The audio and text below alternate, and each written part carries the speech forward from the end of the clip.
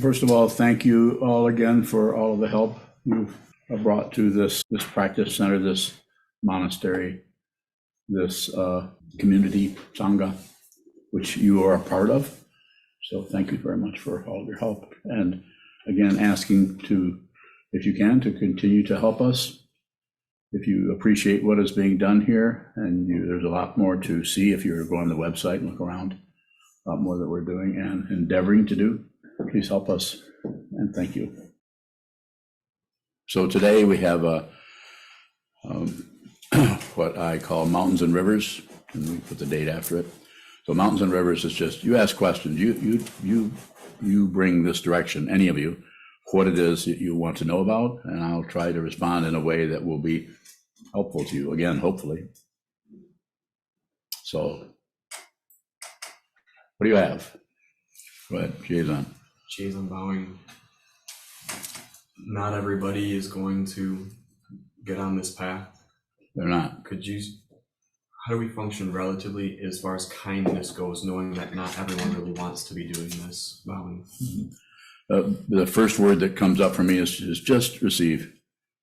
Whether it's you could be very close to that person because you're related to them, but very distant from them, and that they have no idea what you're doing.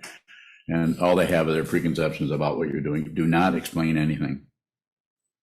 Be respectful to their confusion, or your own confusion for that matter.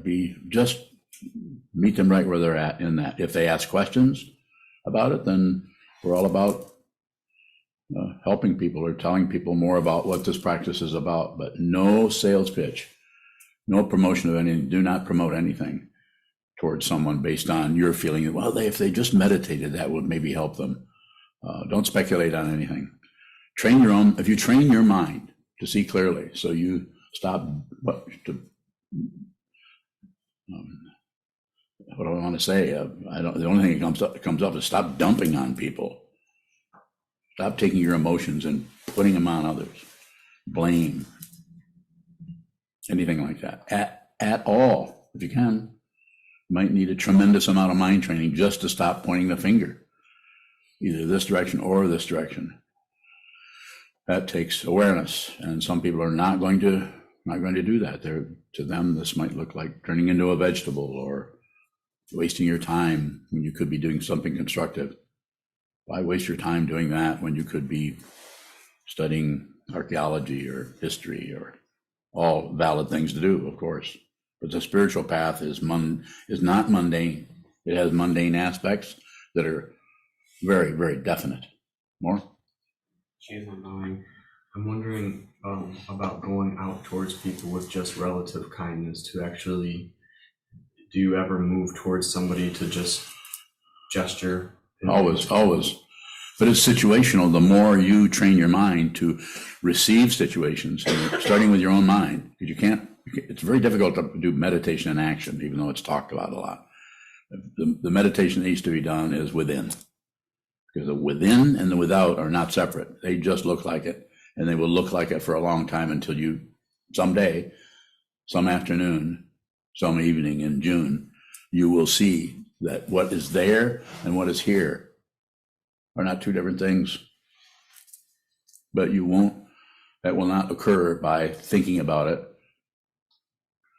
trying to twist your mind in circles or make it do something, or practice some kind of weird tantric practices. How will it happen? By looking at the separation. That's how you see the unity, to put it bluntly. Go ahead. Another thing that's showing up is when somebody does ask, do we endeavor to convey it to our understanding of where they're at? So I've noticed sometimes you may very differently based on the group that's in front of you.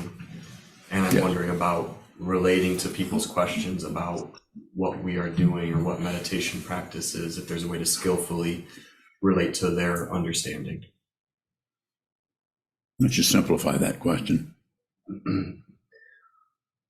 How do we communicate when the questions are asked? What is the best way to skillfully communicate when we are asked about meditation or the path? Bowing. Less is better. Less. Don't say too much. Say a little bit. Respond, but don't explain much, so that any curiosity that is slowly showing up in that person's mind, you're not manipulating them, but any curiosity that's showing up in their mind isn't smothered by your aggressive trying to convert them or tell them the right thing or. So less is better. That way you leave it in their mind stream. This is a very, very hard path. It's extreme. It's not for some people, it's excruciating, because you are turning your mind away from the entertainment of the world, the fabrications that go on, the magnetism, the seduction that's going on everywhere, especially in our culture with the technology we have, where everything can scream at you. Do this, you need to do this, you need more of this, don't do that, do this. And what happens? That triggers in the mind stream only in multiples of who knows what. The same thing happened at the kitchen table in the 1840s, except now you've got the whole world saying this to you. And you have insane people running things. Like the whole Twitter thing and all the things that's happening with these people in extremely powerful positions with tremendous amounts of money because of the imbalance, the asymmetry of society. Please turn off your microphone if there's someone there, unless you have something to say, then go ahead. Thank you. So that the idea there is to keep it very simple and just meet people where they're at without anything extra. No seduction, no propaganda. Don't tell necessarily, unless someone asks, don't tell people how much meditation has helped you, if it has, or how much it hasn't helped you, which may be true, could be. So it's very difficult to do this. That's why we have things like vows, because it starts to get harder, because your mind stream is not limited to this lifetime. And I'm not promoting belief in the life in the 13th century, although there was life in the 13th century, as we probably have guessed. And you were there. Not as this form, not even in any memory in particular. There's no solid reference point anywhere. And especially when you get, when this body goes away and you lose this reference point. As was said once, if you want to know what your past life was like, look at your body. You want to know what your future life is going to be like, look at your mind. Because all the scrambled eggs that's happening up here that you're trying to cover up are going to show up. Am I condemning you to something? No. In fact and in fiction. I'm probably wrong. I don't know. And I know I don't know. That's a powerful reference point. Reflect on that a little bit. Further question? She's on vowing. The question comes up similarly as going out towards others with kindness. I'm wondering what it is to show kindness relatively to oneself, and if that's important on the path of vowing. Yes, give yourself a big break. Stop meddling with your mind. Whatever arises in your mind needs to be there. It needs to be there. It has as I've said, it probably isn't a very good image, but it has a ticket to ride. It's already has a right to be there because of the nature of dependent origination as an apparent otherness that is not exactly other, an apparent otherness that is not exactly other, nor is it the same. It's all over. It's not something I invented. It's something I'm looking at. All the time I'm looking at it.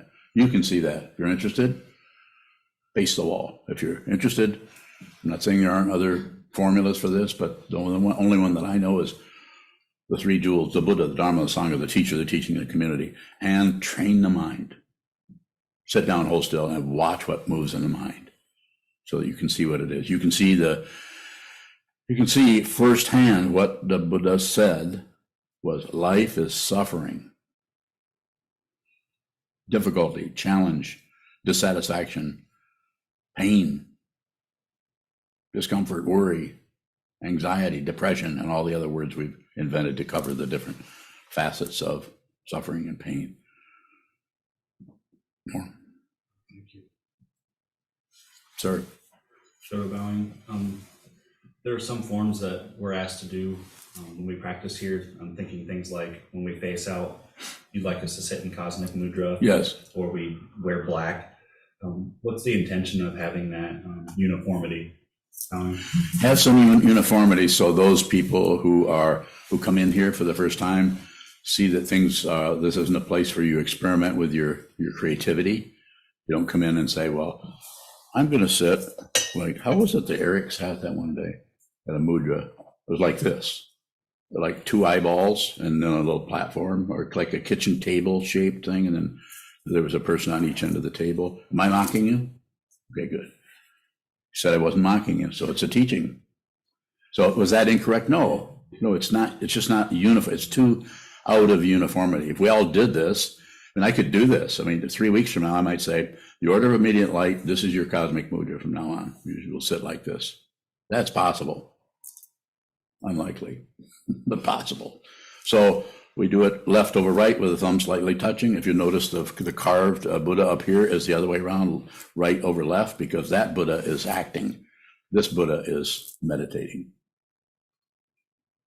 A Buddha and a Buddha. Reflect on it. You don't have to figure it out. Just reflect on it. A Buddha and a Buddha. Don't explain that to yourself. You don't need to. You need to see it deep in your heart. And that's not possible by looking for shit out here.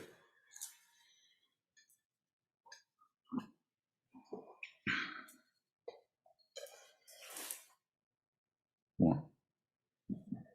Shadow bowing. One of the functionary positions here is the Eno, and my understanding with that role is to oversee the practice forms here in the Zendo.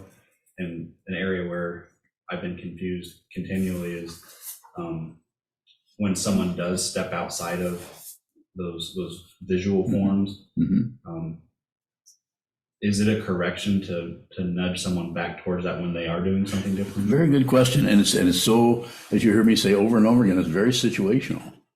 So you, as a meditator, as the Eno, and as right now you're the Shuso, but as the Eno, you would look at the situation and receive what's happening there, and then you determine. It's not something you figure out, you see. And this is why I say often to everybody, don't do anything unless you have to. And that puts you in a position of, well, I don't have to do this. And then that, if you don't have to do this, but there's something out there making motions or going in a different direction, or it's out of kilter or out of symmetry with the rest of the situation, then you would look at it. And you would see the entirety, because you've been looking at the entirety of your own mind stream without objecting, agreeing, or looking away, passion, aggression, ignorance. You just know who you are without any identity. Then you can look at something else that is a so-called other or objectivity, and you can see the subjectivity that is functioning. Are you following me? You better be. What did I say? No, you can't repeat it. I can't either. If Byun was to say, would you repeat what you just said? I can't do that. Nothing happens twice, especially over here. But then you would see, because you were so much on receive and willing to be confused about the situation that you're looking at, instead of going to a standard. What does it say in the book? Oh, it's here. Well, we have books that say that, but that's not so much for you to refer to that. It's for some kind of a standard that we can have, so we can all agree this is what we're going to do.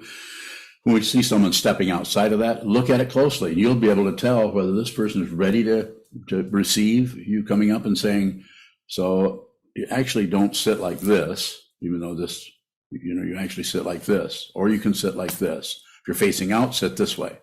If you're facing in, and gives you difficulty, which some people it's difficulty on your back or your neck sometimes. Some people I've said, well, try to sit this way if you can. Maybe put a pillow under your hands. Or when you sit out, at least sit this way when you're facing out. And so that way there's some kind of symmetry, some kind of consistency in the form. More? Yeah, thank you. So there's already a whole lot of differentiation happening with each person. Some people are actually enjoying meditation, like Sokuzan enjoys it. So it's going to take him a long time to train his mind because he's so busy enjoying himself.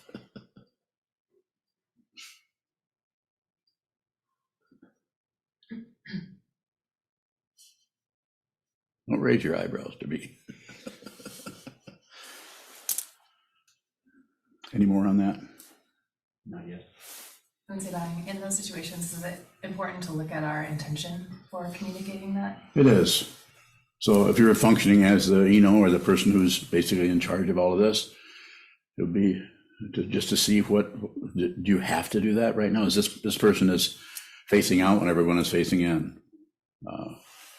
You could come and say, may I ask why you're facing out when the form is different? And they might say, I'm just getting claustrophobic. And then you might say, you can sit in the north gate, there's cushions that actually are 10, 15 feet from anything. So you can sit and face that. So that would be a way of, so if you sit on either one of those three Zabatons, no matter what direction you face, this way or this way, there's going to be a lot of space in front of you.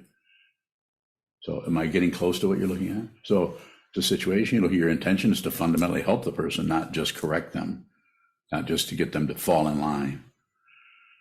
More? Sometimes it doesn't show up that way, and it can be more. If it's going to cause any kind of struggle or anything, or any opposition or disagreement or anything, I wouldn't do anything. It's not a big deal. You talk to the person later on the next day or something about it.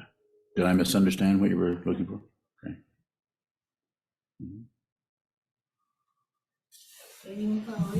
Go ahead, Kayun. I'm just curious about the square seal. What's the meaning in that? The red one? Yes.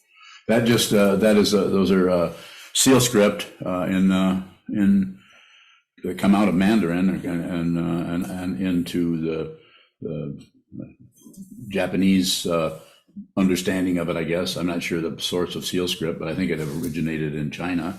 And that says Buddha, Dharma, Sangha. It's 3 jewels in that script, in that stamp on the scroll. Buddha, Dharma, Sangha. Just a reminder.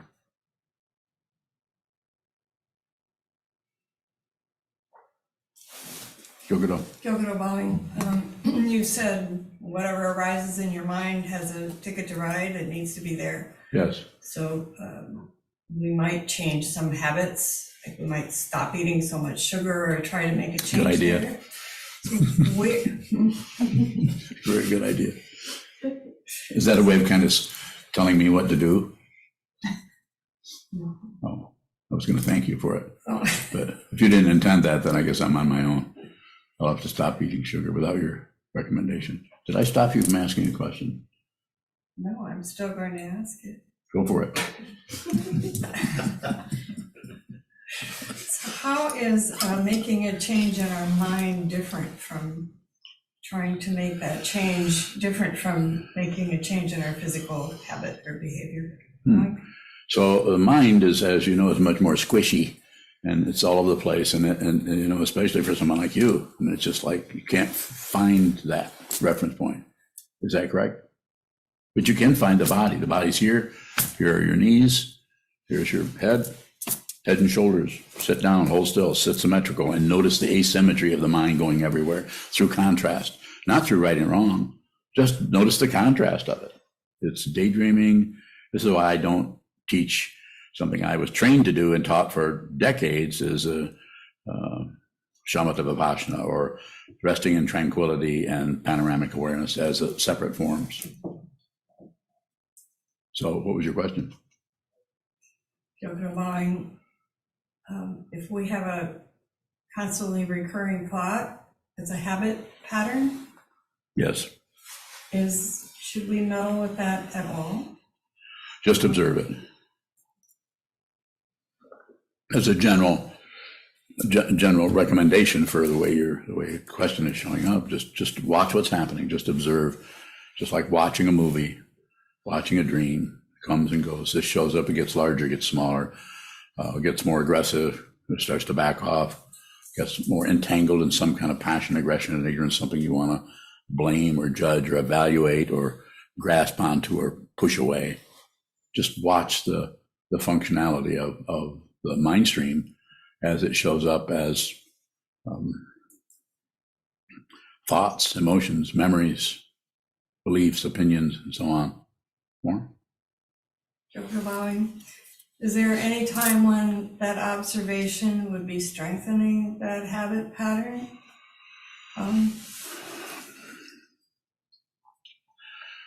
Maybe, but I'm not concerned about that. I'm only concerned about, as a teacher, I'm only concerned about your observing it.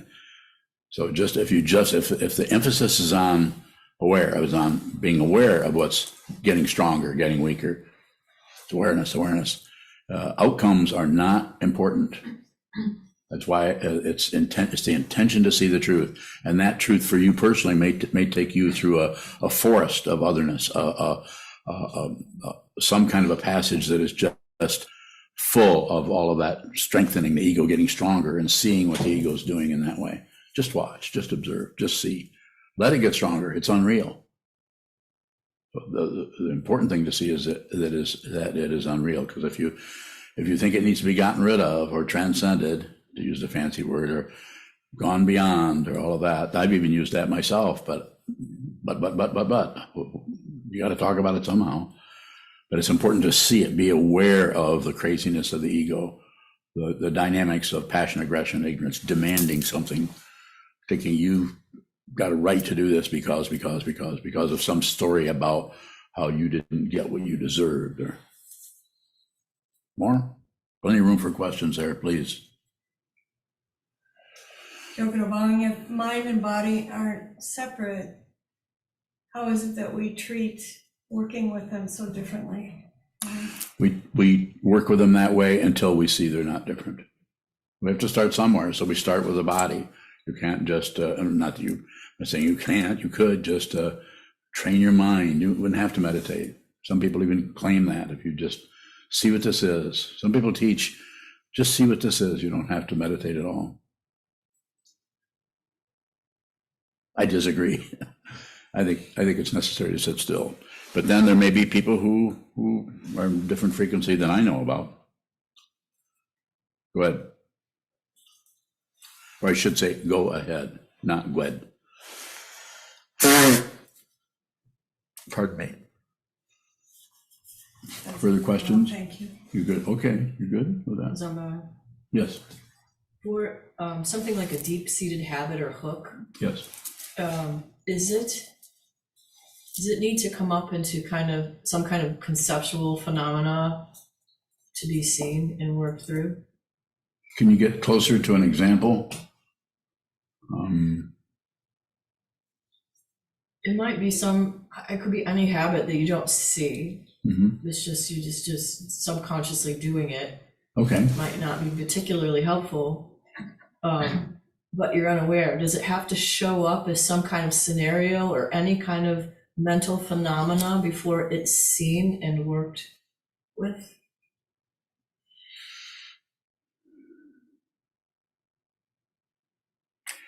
But just that you're able to ask that question about it tells you too, that you're actually aware of that dynamic happening somewhere down the hallway or behind a screen or somewhere that you're unclear about. Would I be correct in saying that? Something about it that you can't quite see or get to?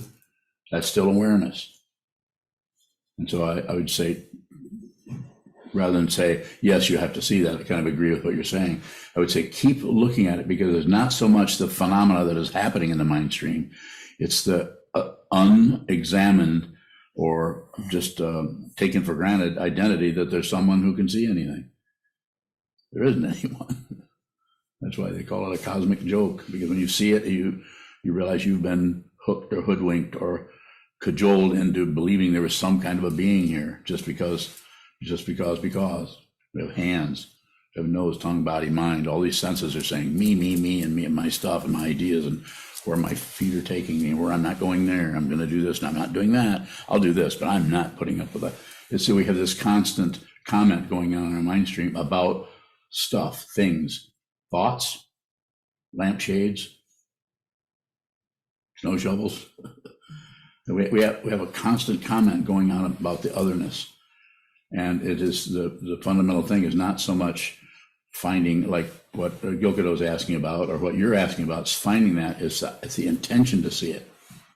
And the intention eventually, in some way, I don't know how to explain it, other than if you continue, intend. Eventually you see there is no intenders. There's no one there. There never was.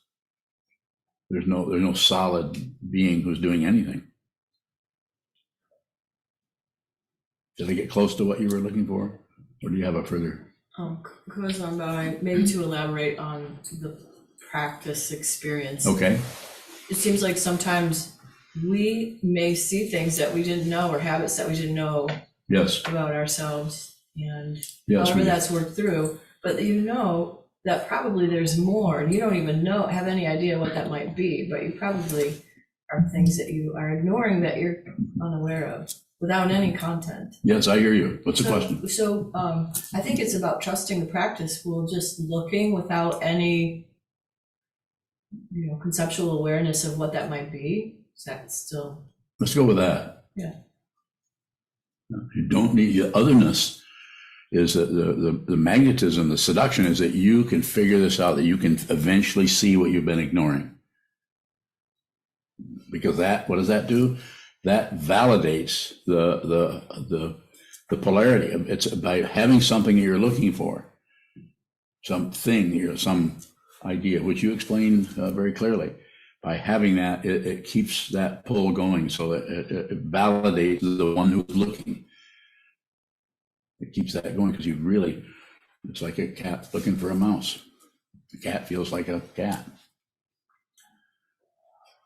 Not a very good example maybe, but it's like that. If you're looking for something, some kind of idea about what and you describe it very clearly.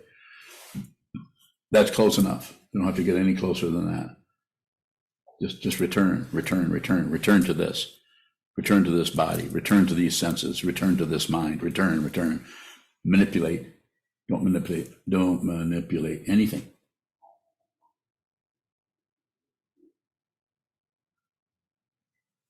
Shoto bowing. It's my understanding where, I can't think of a specific form, but if we don't necessarily align ourselves with the form, you'll say that we're still observing it. And I'm curious how, if we're not relatively mimicking a form or looking like we're doing the form, how is that still observing it? That's how it feels when the observer starts to disappear into what is observed. Or you can say what is observed begins to vanish into the observer, not to. And there will not be relative knowledge is gone. But if it shows up, it's fine. But it has no gravitas. It has no weight as proof of since there's something exists. Keep going. Sure. As a practice, when we do see that we're not observing the form with our body by sitting like this, for instance. Like what? Like if we see that we keep dropping our hands or something, we're sitting like this with our hands down, yeah, like that. Yes. And if we see that, is the intention in the practice to come back to that form? Just return. Return to the intention, return to the three jewels, return to the teacher, the teaching, and the community. Return. You're always drifting off until you're not. As long as there's something else, you're going to drift off. Is that a word? Drift off? Russian?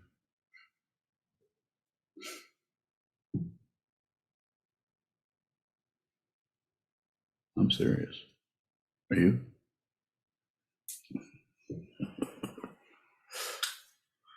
That's in case you haven't heard Sokuzan, that's the SokukoJi mudra. You do that a lot here. Go ahead with your question. Sokuzan bowing, thank you. It has been said, when the student is ready, the teacher will appear. Is there something the student can do to prepare themselves? Bowing. I really don't know.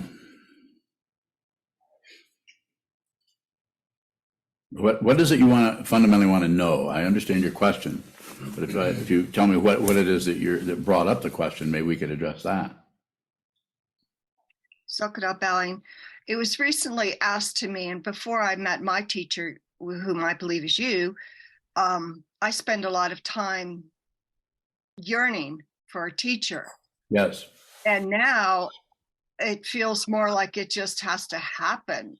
I don't know if there's anything, this whole getting ready process, is there anything that can be done? Bowing. The only thing I can say is run and hide. Because if you meet a true teacher, one that you're connected with, your personal life is over with. At least mine was.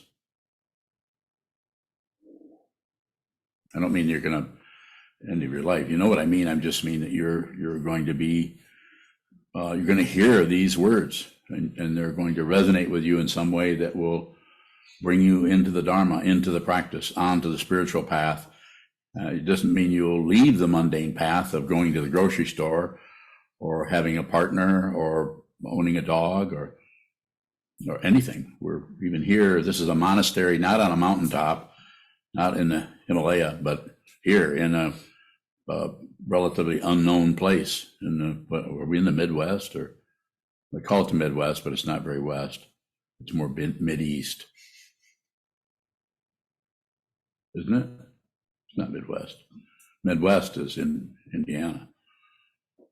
No, that's not Midwest either. Midwest is more like Nebraska. Or is that west?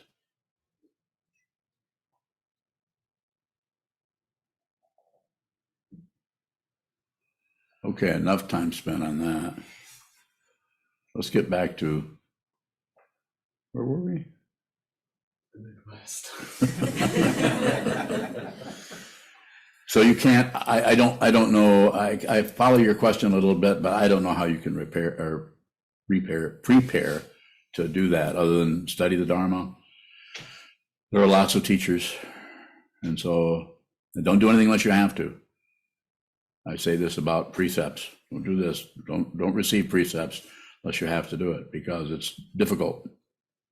It's also inspiring and challenging, and it might be something that you do with your life that actually has some kind of ultimate value rather than the relative value of, well, you know what I'm saying. All the other things you can do, they have relative value. Win at poker.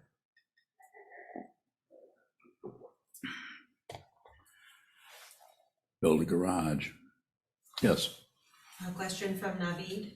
Naveed. What is that part of the mind that likes to analyze what is received, especially the ones that seem more like realizations? It's just ego, just a self-centered aspect of the mind. Consciousness always finds whatever form it needs for whatever is showing up as other. And until consciousness finds out there isn't any other, there's just consciousness, then consciousness realizes itself or herself or himself, or maybe there's no gender, doesn't matter. But until that occurs, there's going to be some kind of otherness that's going to pull us. It's a setup. The Buddha, the Dharma, the Sangha is a setup so that you will use that form, that structure, to find out who this is. So there's no doubt. Find out who it is. So you fundamentally realize your true nature.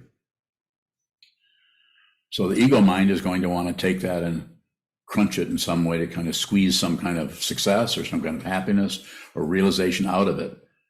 And it's very tempting, especially reading some texts are extremely clear,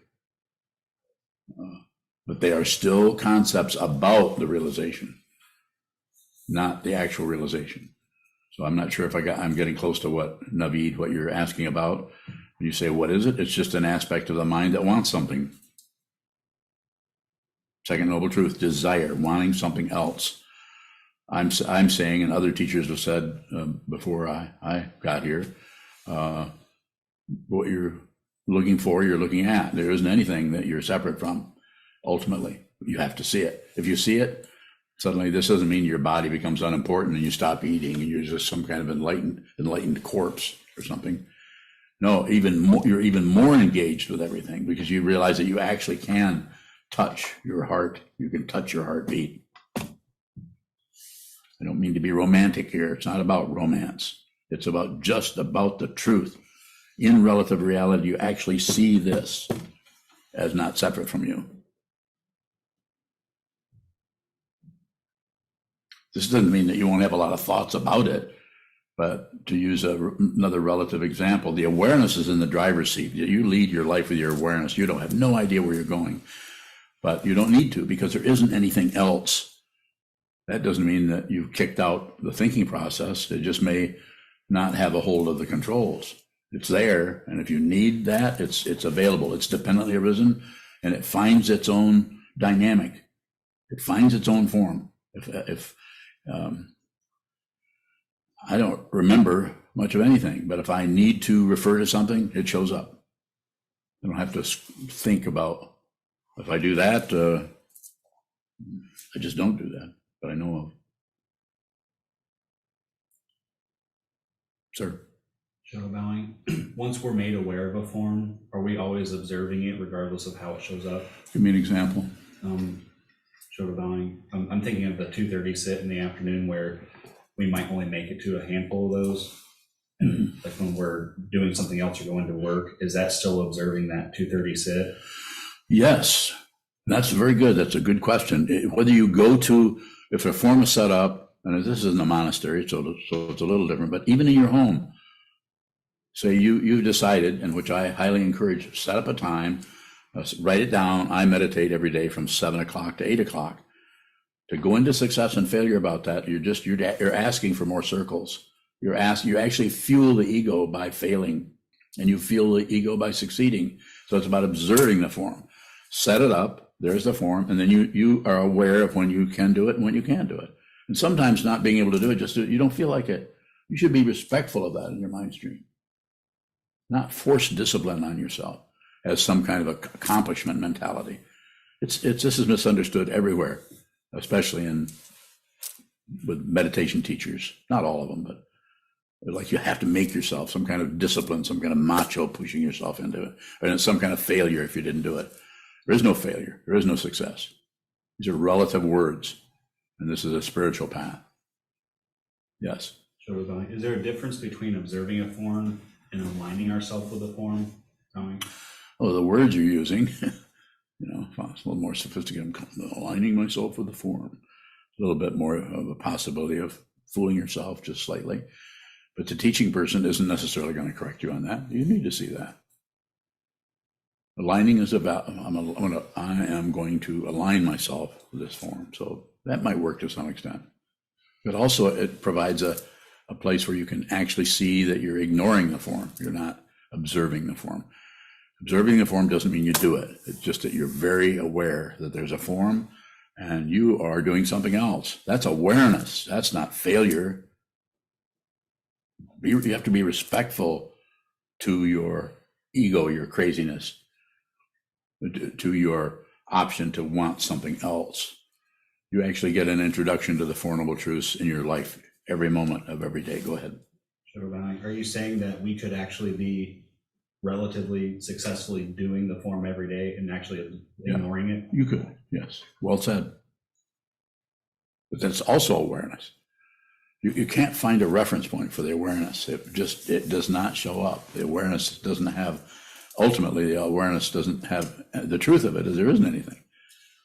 So when you're working with that area where you're not grasping or rejecting or shutting down, you're just watching what happens, the so-called and the so-called imputed idea of a self starts to come apart because it gets its fuel, it gets its nutrition from opposition, agreement, or shutting down. And if that's not happening, if all you're doing, you set up the form and you're just watching yourself, sometimes you're practicing that and sometimes you're not. And then you will see more deeply into the intention around practicing it. If you actually can watch what happens without adding on your commentary, I should be back here practicing. I shouldn't leave. That also is awareness. Fun, huh? Yeah, it is fun. You're welcome. You're welcome. Good question.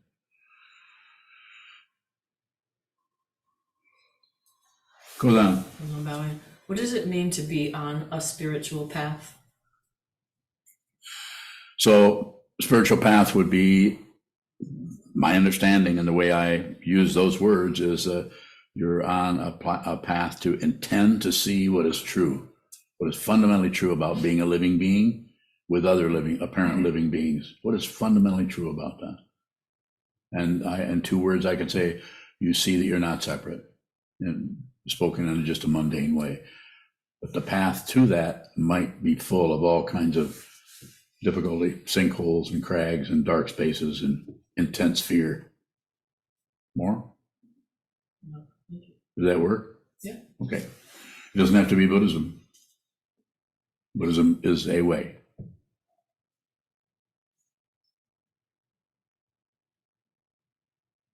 Further questions?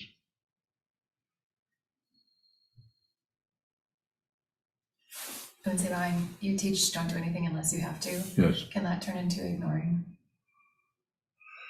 It could if you chatter to yourself about it quite a bit. You know, if you kind of make it a standard or something you're kind of saying to yourself, I don't have to do that, I'm not going to do it.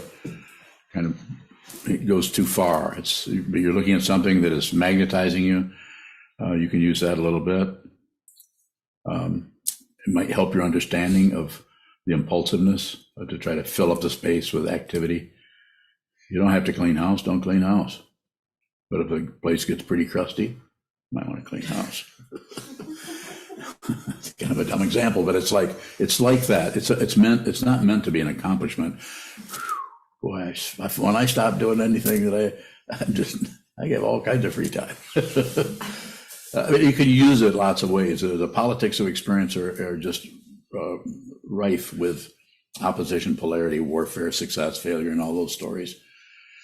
But if you have a strong sitting practice, and I mean sitting a few hours a day, or at least 1 to more, maybe some block sitting, or maybe some solitary retreat once a year or more, then the awareness that you're living your everyday life with, there's more of a possibility of seeing more deeply into the passion, aggression, ignorance, and the success and failure, and the grasping and the rejections. More, as you're able to see more clearly into why would you do something you don't have to do?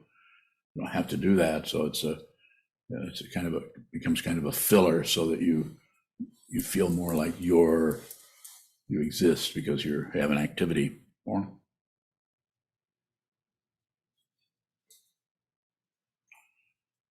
We can take a few more questions if there are some. We can also. Yes, go ahead. Yuan. In order to strengthen the intention, at least for me, I want to do that. What I need to be aware when I work on that, Bowing. So to strengthen the intention,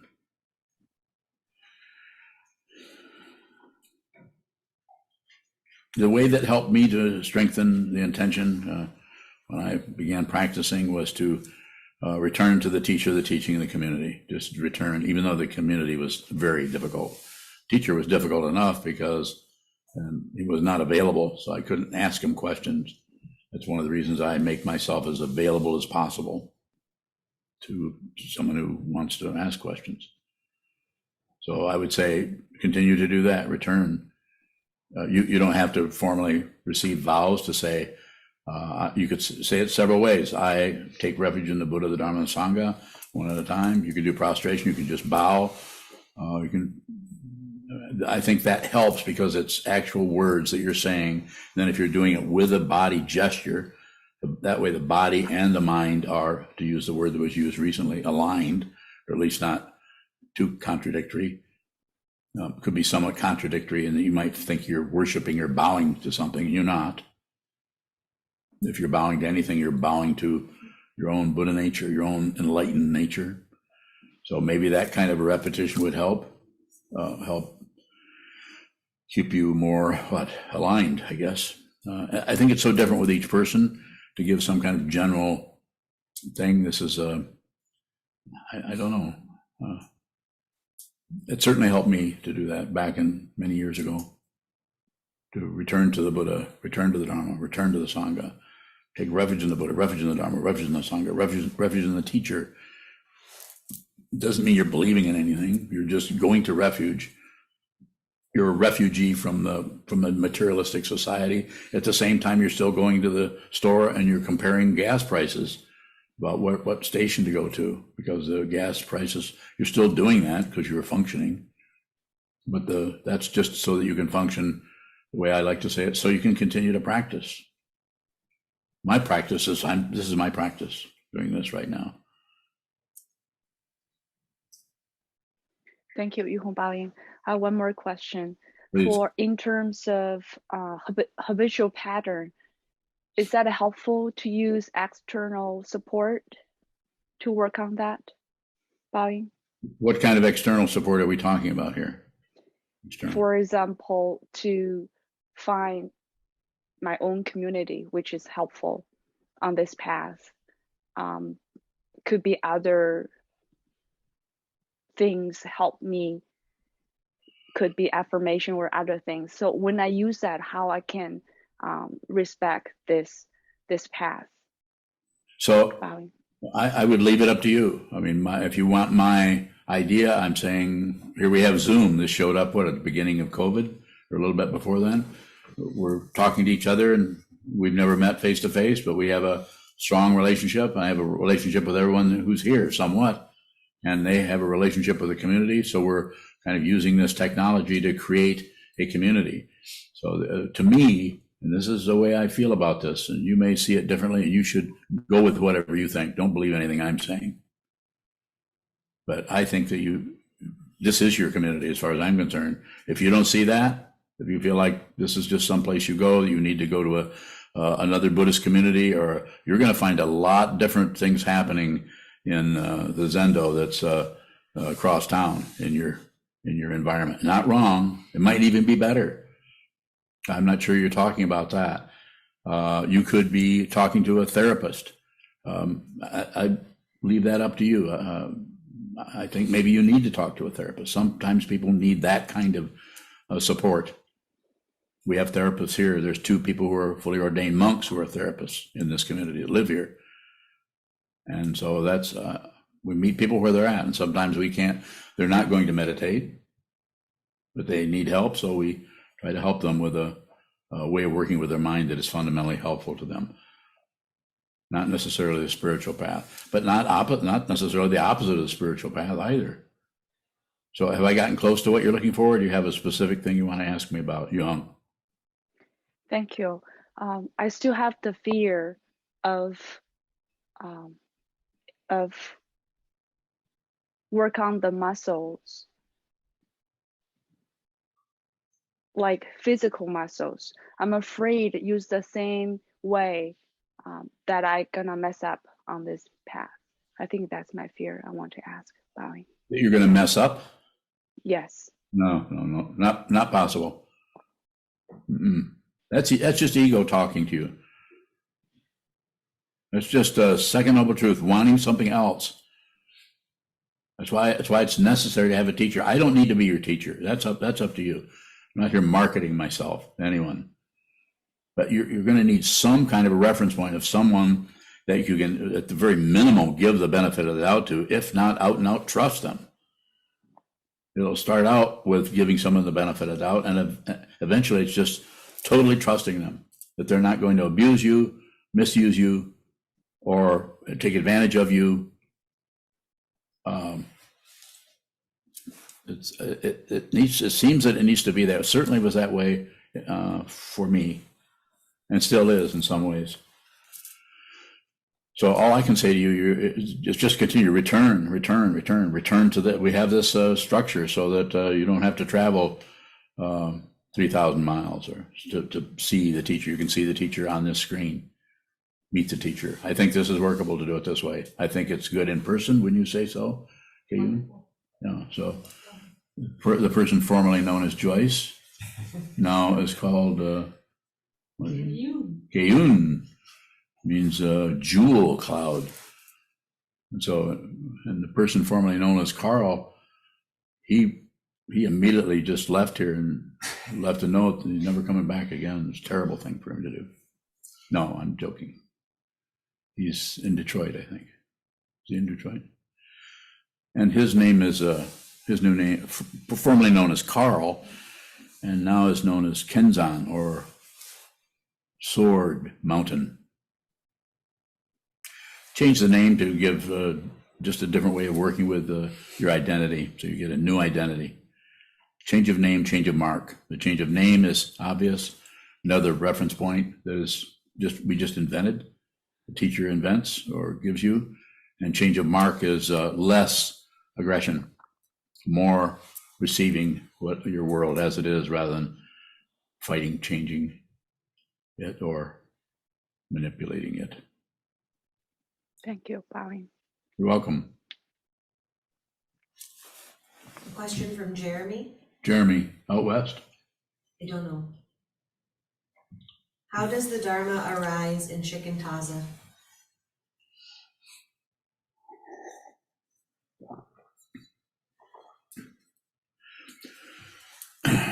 So the truth, Dharma, or the law, Dharma.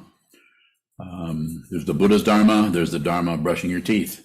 There's the form, it means form or truth or law or structure, Dharma, Dharma, Dharma, Dharma.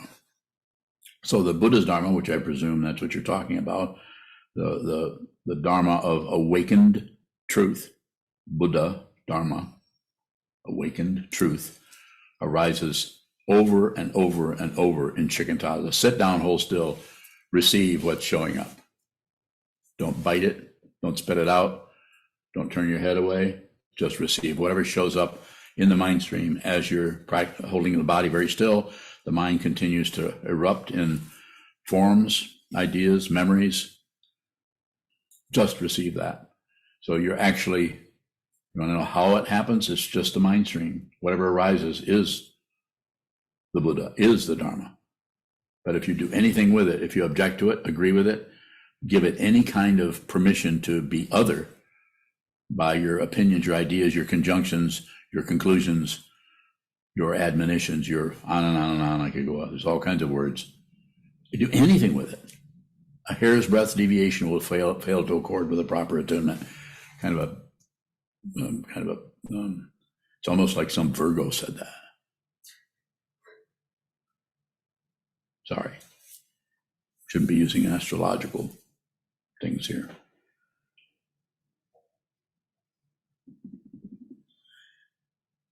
Yes. A follow-up question from Jeremy. Jeremy. How do ethics arise in Shikantaza? Notice what? How do ethics arise in Shikantaza? Ethics. So the training of Shikantaza is to get some clarity through your crazy mind. Not just yours, Jeremy, but mine, everybody's. Sit down, hold still. Now watch the movement, watch it, observe it, see it come and see it go, see it get larger, smaller, see it turn black, turn red, turn blue, get rough, smooth, open up, close down. Watch, observe, receive. And if you do that, when you get up off the cushion and you go out into your everyday life, called post-meditation, which is still meditation, maybe not yet, but at some point, the boundary between your meditation practice and your everyday life, that just vanishes, and you're in samadhi all the time. Even if you're shaking your hand and yelling, you cannot shake it. You can't get rid of something you are. Jeremy. So ethics arise right in everything. You see it, you smell it, you taste it, you think it. What is it? And you don't see a stranger anywhere. Everyone that arises to you is a mirror of your own mind. So you no longer see other. And it's not some magical kind of weird feeling like, I think I'm at one with everyone. You're not on acid. You're not on mescaline. You're not on peyote. You're not on. I've done, maybe not everybody's, all those drugs, but I've done enough to know that all it does is take your mind and go, and you think, it's pretty entertaining. Yeah, I'm going to do some more of that. It's pretty entertaining. I think I'll do that again. You might as well just drink Budweiser. Drink a lot of it. So the ethics will show up as you cannot step on anyone again. You cannot push anyone again. But you don't do it with standards. This is a misunderstanding, to set up a bunch of dumb standards and then try to obey them. I like the other word, observe them, because some people's karma needs to show up in spite of the standards. Don't fight with anything. Don't agree with anything. Don't ignore anything. Don't believe your thoughts. Don't disbelieve your thoughts. Ethics is a structure, a provisional structure for how to control things, and so people don't do bad things. It's just ridiculous. Even though if you look on our website, you'll see I didn't do it. It showed up in the environment, so I thought I brought everybody together. Let's set up a structure. I think we got the help of John Roadhouse to do that, who does not come on here anymore. I think he's off teaching the Dharma, somebody probably. You have a question? Further, anyone here have a question about what I just said? What did I say? Can you, if someone said, what does Sokuzan think about ethics? Could you paraphrase what I just said? Because if you cannot, then you don't understand what I just said. And how do you understand what I just said? Train your mind. Otherwise, it's just an interpretation of what I said. You have to do it right out of this. It can't be, if it comes out of this, what's commonly called the thinking, that just is buying into the relative structure of the world that is an illusion. It's an illusion. This is unreal. It's vividly unreal. See it before you die. Brian, you have a question? Brian Bowing. All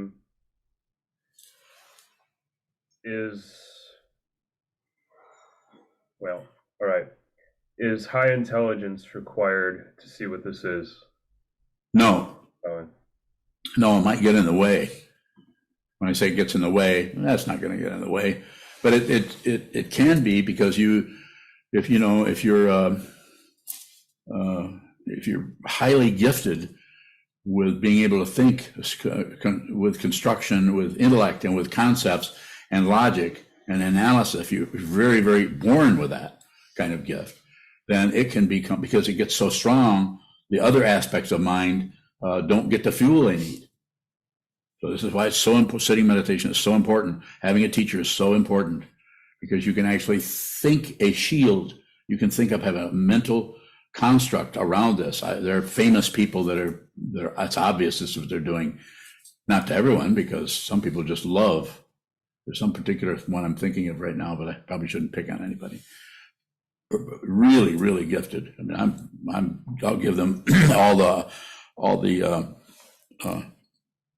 credit for being extremely intelligent and being able to take things apart and put them back together in such a way that you have the illusion that this person understands things way better than I do. Probably not. Understanding that goes beyond concepts, find that. This person that you're listening to right now is not thinking. There's no one here. There's no solid being here. It's not a bragging point. It's just true. It's just the truth. I don't have any proof. I have no credentials. No one. You can see this. If you're interested, continue to practice. I have no idea what I just said. I don't need to have an idea what I just said, because there's only this right now, right now. And that's why I often say, come and get me. Come and see if you can find this person. Even Uno can't find me. We live together. You have any questions?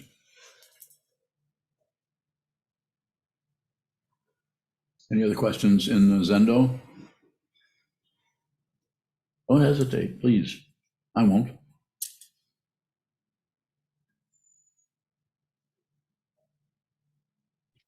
Paushan Bowing. Paushan, go ahead.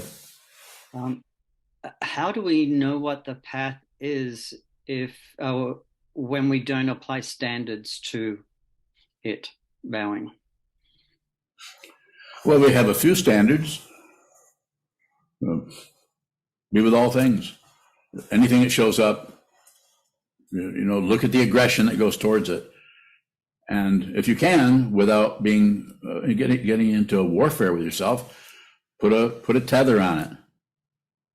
Put some kind of a tension on that. You'll get better and more skilled at that as you go along. As long as there's a self which starts to diminish as you go along, you'll get more and more skilled at seeing how that works.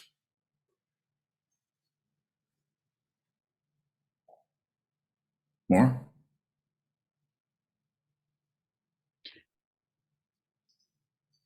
Palshan bowing, how do we give ourselves room to navigate what that looks like without getting lost? Bowing. You might have to get lost. So it's without getting lost. That's kind of the paranoia part of it tends to come up. But I can't quite go that far. I need to maintain this or maintain that. Use some kind of reference point. So you have several reference points. I'm not going to enumerate. I mean, but you have several things that you use as a reference point that keeps you, Palshan, on the move. So I'm not saying, I'm sure you're aware, I'm not saying stop doing that. I'm saying you may need to keep doing that for a while until you actually realize what it is you need to do in terms of any kind of, use the fancy word, discipline. Thank you. Yes, sir. Thank you.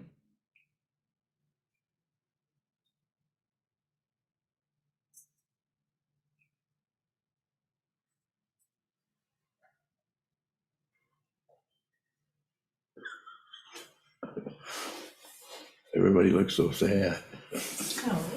Huh? No? Yeah. Not everybody. Is there a final question somewhere, or we can just close either way? There's 40. One window just closed, so somebody just left and had to go to lunch. Kelly, you have any questions? You have any answers? Kelly bowing.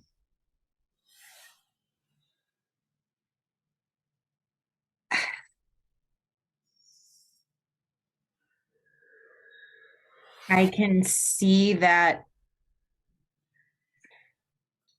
there's so much that I'm not ready for, that activity that you mentioned that I have to cycle through. Sure. How do I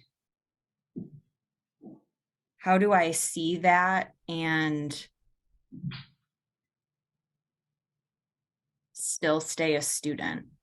Bowing.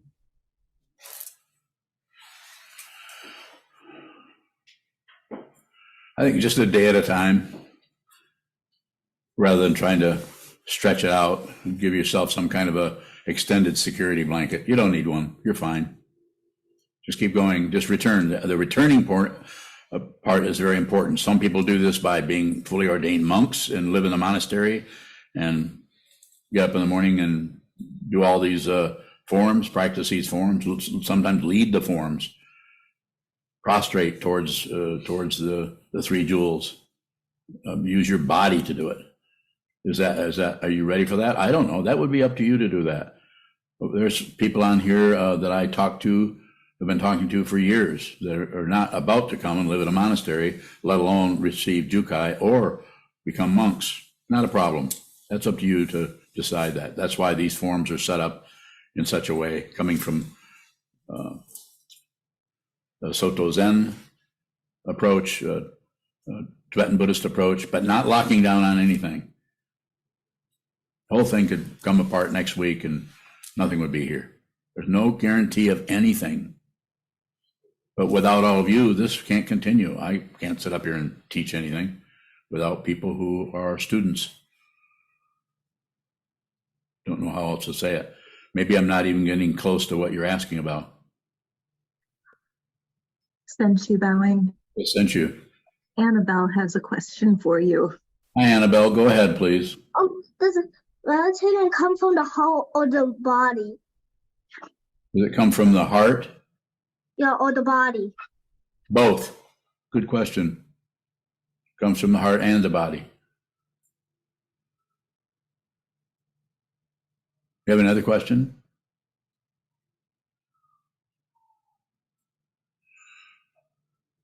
Good question, Annabelle. Annabelle just learned to meditate yesterday. I gave her instruction. She was very insistent about it. So it's a good sign, I think. insofar as there are signs. Okay, I think we can close, and thank you so much for participating and for including me in your Sunday morning.